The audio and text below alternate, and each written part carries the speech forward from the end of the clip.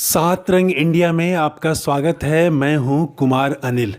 देश में पिछड़ी जाति के एक से एक नेता हैं, दिग्गज नेता हैं, लेकिन 33 साल के युवा तेजस्वी यादव ने जिस तरह केंद्र की नरेंद्र मोदी सरकार को खुली चुनौती दी और पिछड़ों को जगाने के लिए ललकारा है, वैसा किसी अन्य पिछड़े नेता ने नहीं किया।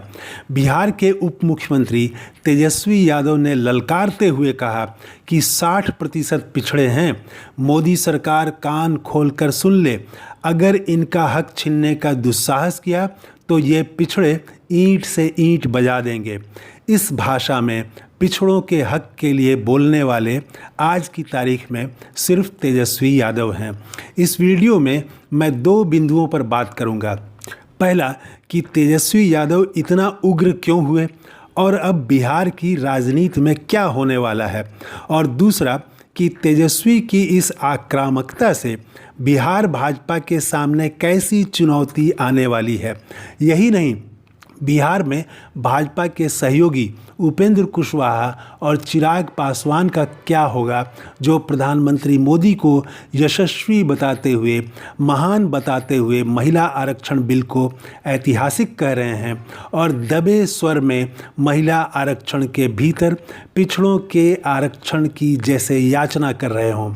तेजस्वी के आक्रामक रुख अपनाने के बाद उपेंद्र कुशवाहा जैसे नेताओं के सामने क्या संकट आने वाला है, इन सब पर बात करेंगे। आइए सबसे पहले बात करें कि तेजस्वी यादव ने इतने आक्रामक अंदाज में ताल क्यों ठोक दी, बिहार में क्या होने वाला है। सबसे पहले बता दें कि तेजस्वी यादव ने कहा क्या। उन्होंने कहा कि ओबीसी लड़ाका वर्ग है। मोदी सरकार अच्छे से जान ले कि अगर भाजपा ने देश की 60% ओबीसी आबादी का हक खा जाने का दुस्साहस किया तो ये ओबीसी इनकी ईंट से ईंट बजा देगा। यही नहीं, तेजस्वी ने आगे कहा कि हमारी दशकों से मांग रही है कि महिला आरक्षण 33% नहीं बल्कि 50% होना चाहिए और इसे तुरंत लागू किया जाना चाहिए। इसके भीतर एसटी, एससी, ओबीसी और अल्पसंख्यक वर्ग की महिलाओं के लिए आरक्षण भी होना चाहिए। ये हैं तेजस्वी यादव के शब्द। मोदी सरकार अच्छे से जान ले कि 60% पिछड़ों का हक छीनने का दुस्साहस किया तो ईंट से ईंट बजा देंगे। तेजस्वी यादव इतना उग्र क्यों हुए? उनकी आक्रामकता ने उनके पिता लालू प्रसाद की याद दिला दी। वे भी प्रायः इसी अंदाज में ललकारा करते थे। उनकी बॉडी लैंग्वेज भी आक्रामक होती थी। तन कर खड़े होते थे और जब ललकारते तो उनके समर्थकों में जोश भर जाता। उन्होंने सारे पिछड़ों को एकजुट किया था और फिर एक ऐसा जिन्न निकाला कि विरोधी सारे ध्वस्त हो गए। तेजस्वी यादव की इस ललकार के मायने ये हैं कि सारे पिछड़े एक हो जाओ, 60% पिछड़े एक हो जाओ। अगर अधिकार चाहिए तो लड़ने के लिए तैयार हो जाओ। आप ध्यान रखिए, तेजस्वी यादव बहुत जल्द बिहार का दौरा करने वाले हैं और वे इसी बात को गांव-गांव पहुंचाएंगे। तेजस्वी यादव उसी जिन्न को जगाना चाहते हैं, पिछड़े और खासकर अति पिछड़े।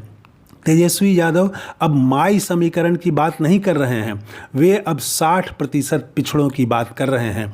तेजस्वी यादव अगर 60% पिछड़ों को अपनी बात समझा सके तो बिहार में भाजपा ध्वस्त हो जाएगी। भाजपा में वैचारिक नेतृत्व भले सवर्ण का हो, लेकिन उसकी ताकत तो अति पिछड़े ही हैं। जिस दिन तेजस्वी ने उन्हें समझा दिया कि उनकी बहू, उनकी बेटी का हक छीना जा रहा है, उस दिन भाजपा पस्त हो जाएगी। आज जिस आक्रामक अंदाज में तेजस्वी यादव ने 60% पिछड़ों की बात की है, ईंट से ईंट बजाने की बात की है, तो दरअसल उन्होंने बता दिया कि बिहार में क्या एजेंडा बनने वाला है। उन्होंने एक तरह से एजेंडा सेट कर दिया।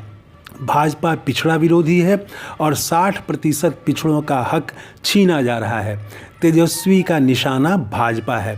जाहिर है भाजपा को परेशानी होगी।